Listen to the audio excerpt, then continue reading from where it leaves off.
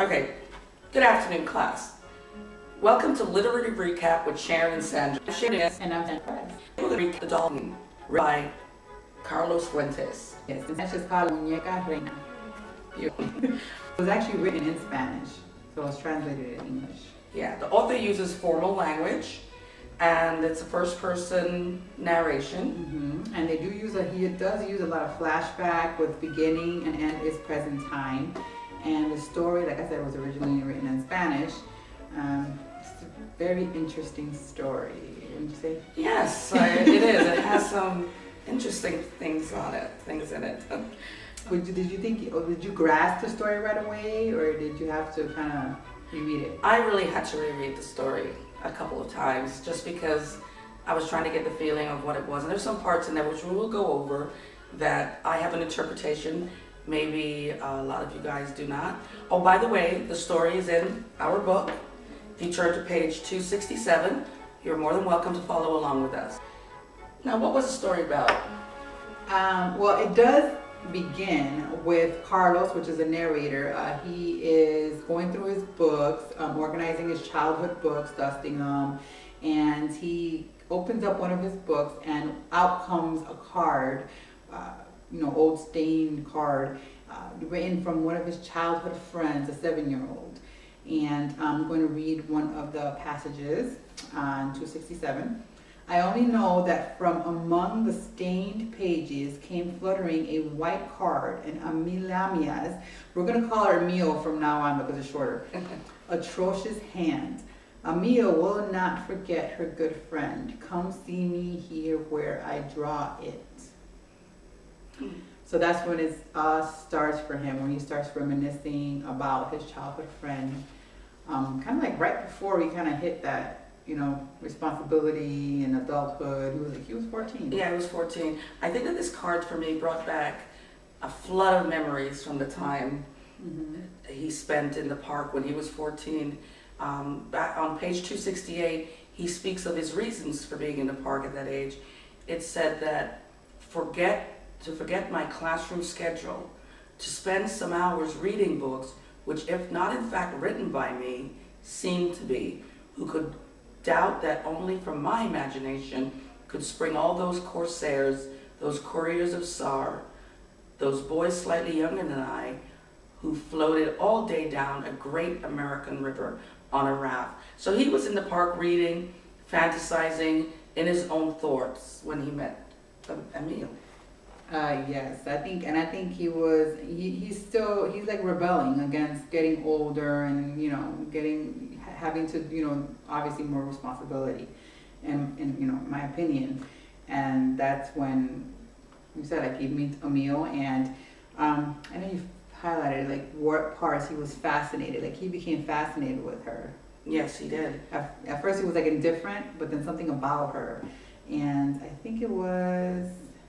There's a part where, I like the part where he spoke about when he met her. She asked him his name. It said here, the second paragraph on page 268, if you'd like to follow along.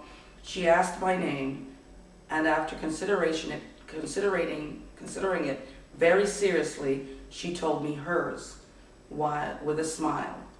And he also said he had discovered about Amelia that she had a form of expression midway between the ingenuousness of her years and the forms of adult mimicry that well-brought-up children had to know. So she was very precocious, don't you think? I think she was very outgoing and a little mysterious to him. Yeah, like that. He spoke of her in many vivid descriptions in both these pages on 268 and 269. I'm going to summarize some of them. He talked about Amelia frozen in her flight down the hill, her white skirt ballooning, the flowered panties gathered on her legs with elastic, her mouth open and eyes half closed against the streaming air, the child crying with pleasure. So he has a lot of vivid thoughts of her, a little too vivid, I thought sometimes. We're going to see in the rest of the chapter. What do you think? We laughed about it, but he had several references to panties, which I found a little weird. He was 14, however, he's now reminiscing at 29. Yeah, he's about 20. He's about late 20s now. But he does mention her panties a lot. So I'm thinking he's went through some hormone changes in his body. because that's one instance that he mentions it, but he also, like you said, he describes her vividly, and a couple of times, you know, he he describes her, you know, he had a meal in the 1,000 postures she affected around my bench, hanging upside down, her bloomers billowing, sitting on the gravel with her legs crossed and her chin resting on her fist, lying on the grass, baring her belly button to the sun. So it's, you know. I almost think that this is telling me that he's looking back at her, and probably he's thinking, where is she now? Because maybe at his age he saw her beauty, right? He had fun with her. He noticed things about her spirit, and I'm thinking that maybe this is all coming back to him, and he's starting to think about her in many different ways. Right. And there's another actually important passage that I want to point out. It says, and it is only today that I think, it's actually on page 269, sorry. And it is only today that I think how Emile in that moment established the other point of support for my life, the one that created the tension between my own irresolute childhood and the wide world, that promised land that was beginning to be mine through my reading. So that's interesting. Yeah. And also, towards the end of this page on 269, he speaks of how at first he was indifferent to her, and then he accepted her. He accepted acceptance of the child's grace and seriousness, and from there to an unexpected rejection of a presence that became useless to me. So at that point, something happened where maybe he was about to move on, but he started to reject her. Right. Well, like I said, he became irritated by her. But I think, like, he's 14. He's going through a lot of changes. You know, he's going from childhood to adulthood. So he's probably has a lot of hormones and different things going on in his body. And I think, you know, he's stuck between that childhood and adulthood, and she's kind of dragging him back this way, but he needs to go this way. So I think he's conflicted. Yeah, and at the end of the page, I found a sentence or a few sentences that showed he's a little confused about his feelings for her, because at the very bottom of 269, it says, and that afternoon, amid shouts of glee, when we tumbled together down the hill and rolled to a stop at its foot, Emile was on my chest, her hair between my lips. But when I felt her panting breath in my ear and her little arm sticky from sweets around my neck, I angrily pushed her away her arms and let her fall. So something triggered him, something scared him. I think he got maybe he got a little too excited. His feelings were conflicted, and you know, a little girl, they're rolling. He's 14, she's just 7. They're rolling on top of each other down a hill. I think he had some conflicted feelings. That's what I got from this section. Yeah. Did you? Things came up, you know, and he was confused. Yeah. So that all happened, and through all these feelings, he now has decided to himself that he is wondering where she is now. Right. Because he basically forgot about her, and that's when she came and gave him the letter, and she walked away, and he just never went to look for her. After that angry, when he pushed her away angrily, he never saw her again. She gave him the little letter, and she went away. He went off to school, and he never saw her again, and that was the last time. Yeah. And that brings us into part 2 on page 270, where he's back looking at the drawing and the paper, and he's making a decision. Right, he's back at the park, which now doesn't look so vibrant and beautiful to him anymore as it did when he was a child. This takes him into discovery. He wants to see. That's when he starts like following the map, you know, following the pictures and trying to find, like walking through the streets, trying to find her house. You know, he sees other, you know, kids playing and imagining that's, you know, Emile when she was 7. And actually there's another part here. I stopped a moment to watch them. There's the children's playing. Groups of children exhibiting her flowered panties again. With the panties. Yep, hanging by her knees from some balcony, still fond of acrobatic excesses, her apron pocket filled with white petals. And then it goes on to like where he now fantasizes about what's going to happen when he meets her. He sees her at 20. So he concocts this plan to try to get inside the house. Now, on page 272, the reason he concocts it, at the very last sentence, it says, it's only a desire to know if Emil lives in that house and why they won't let me enter. So his curiosity is getting the best of him now. So he goes in and he concocts a plan to try to get into this house to see what's going on. Also, he states on page 273 that having seen the apron drying on the flat roof, the apron which she kept the flowers, I began to believe that in that house lived a 7-year-old girl I had known 14 or 15 years before. She must have a girl. So then he started picturing Amelia at 22, mother of a girl, that's who she dresses the same and is looks the same and repeats the same games. Right. So now he really wants to get in there and reconnect with Amelia. So that's very interesting. But then it then it talks about the door opens finally, and out comes this woman in a shawl dressed in black and flat black shoes with no makeup in her. And she was older. She was 50. Yeah, she was way older. So this would probably be an older woman, no makeup, salt and pepper hair. At the last sentence of the first paragraph on 273 says, she deserves me with eyes so indifferent they seem almost cruel. So he's not invited. However, his plan was to tell her he's been sent by the landlord. So he tells her this to come and check the house. So he tells her this, and even though he thinks she's going to kick him out, he starts putting his foot to block the door from closing. She lets him in. So he's entered. And that's when he starts his whole observing the house and the furniture and writing scribbles on his little sketch pad or whatever, pretending that he's writing stuff down. But it's when he enters that house, he starts asking the lady questions, but they're really recluse. She doesn't really give him much. She just answers, yes or no or whatever. It's not really, he's not getting anything out of her. So he starts noticing, that's when he starts noticing the magazine is covered with red scribbles.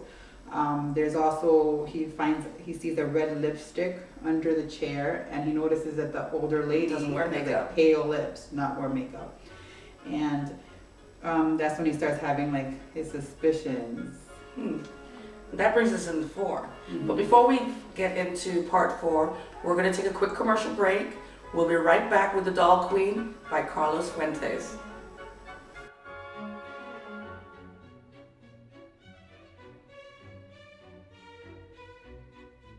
Welcome back.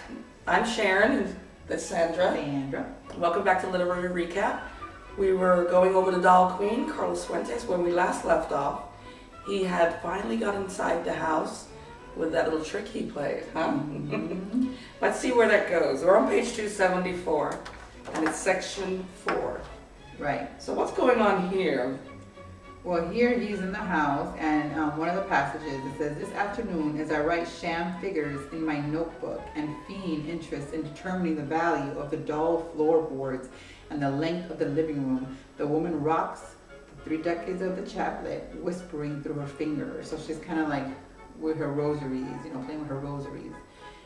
So he's basically trying to look, So what he's there right now, what he's trying to do, he's pretending he's taking measurements to either find the value of the property, right, or something, whatever for the landlord, but he's there writing down just garbage, pretending like he's working in order to get into the house. And after a while he's looking in the dining room, and he's like, okay, he's already getting kind of restless because he's like, he wants to know about a meal. So basically, he's being led. We're gonna skip forward. He's seeing they're not very nice people. He's being led upstairs as they talk to him, and it's actually after when he says, they told him, like, okay, we know the landlord died 4 years ago. Yeah. So now they're being like, the old man grabbed him by the arm so he wouldn't leave. Creepy. So then that's when he kind of gets like, okay, and all he could say is Amilamia. And that's when the old man and the old woman get perplexed, and the old man loosens his grip, and that's when he, right here actually, it says on page 277, perplexed for the first time, looks at me with the eyes of a violated bird and sobs with a dry moan that does not disturb the rigid astonishment of her features. Suddenly, the organs of my imagination are two solitary, abandoned, wounded old people, scarcely able to console themselves in the shuddering clasp of hands that fills me with shame. They lead him to a room, and in the room, basically, he sees a small coffin. So basically, he's come to the realization that Amelia has died or did die, and that's their shrine. So right. He leaves. Yes. Well, yeah, he starts to leave, and then the mother, tells him, don't come back. Senor. If you truly loved her, don't come back again. So he leaves, and that was it. Many months passed by. Right. About 9 or 10 months have passed by. And then the memory of what he's seen that day doesn't frighten him anymore. It says on page 280, I've forgotten the order of the flowers and the image of the petrified doll. The real Emil has returned to my memory, and I have felt, if not content, seeing again the part of the child have triumphed over the specters of sick cult. In delight, I tell myself that I shall live forever with my real Emil, the conqueror of the caricature of the death. And one day I hear the notebook. When he opens the notebook, the letter comes out again. Yeah.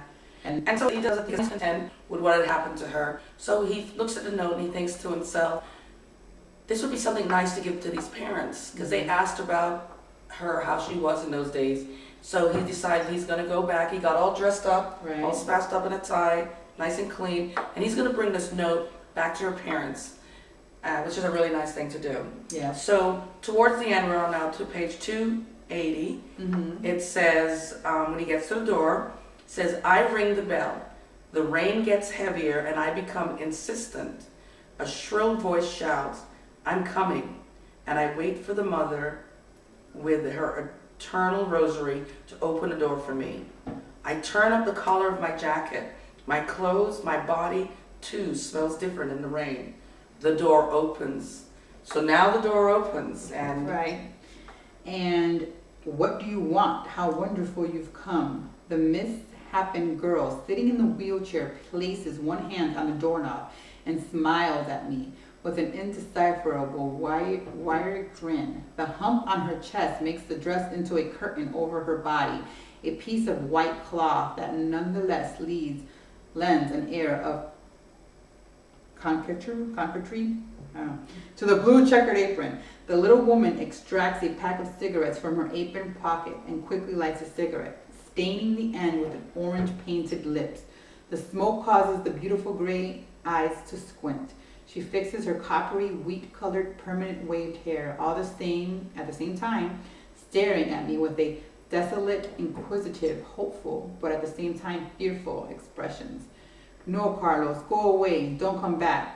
And from the house, at the same moment, I hear the high, labored breathing of the old man coming closer. Where are you? Don't you know you're not supposed to answer the door? Get back, devil spawn. Do I have to beat you again? And the rain trickles down my forehead, over my cheeks and into my mouth, and the little frightened hands drop the comic book into the wet paving stone. Yeah. So we see that she's alive all this time, but she's in a wheelchair. Now, there's been lots of interpretation about this ending. It is ambiguous. We don't know really what happened to her. Right. We are assuming from the way the father spoke to her being in a wheelchair that maybe she was abused as a child, and this caused her they abused her to the point of injuring her, where she ended up in a wheelchair. Right. Some kind of accident happened to her that she ended up in a wheelchair. But back in the day, it is known that they would, in that country, we're talking about Mexico, they would hide their handicap. The families would hide their handicap from public. So that's probably another reason why they're hiding her. And she's not supposed to answer the door or anything, so she's not supposed to be seen in public. So that's where the dad gets mad. But that's another reason why they were probably hiding her too. So it could be anything. It could be either they abused her, or she got in some type of accident, or maybe with her, the way she was, you know, vivacious, and you know, she fell down the stairs. I mean, who knows? Yeah. You know, or disease, or who knows? It could be anything. But we do know that back then they would hide the handicap from public view. So this was an interesting story. I enjoyed it. As I said before, it took me a couple reads to really get into it. But after all, and going through it, it was a nice book, correct? Yeah, it was interesting once we got it. Yeah. Well, thank you guys for joining us this week. Next week, we will be going over Murillo Rubio's The Ex-Magician from the Minhota Tavern. And we're going to have a guest.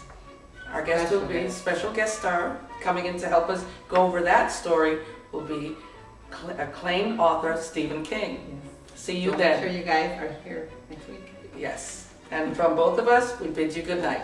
Bye. And keep reading.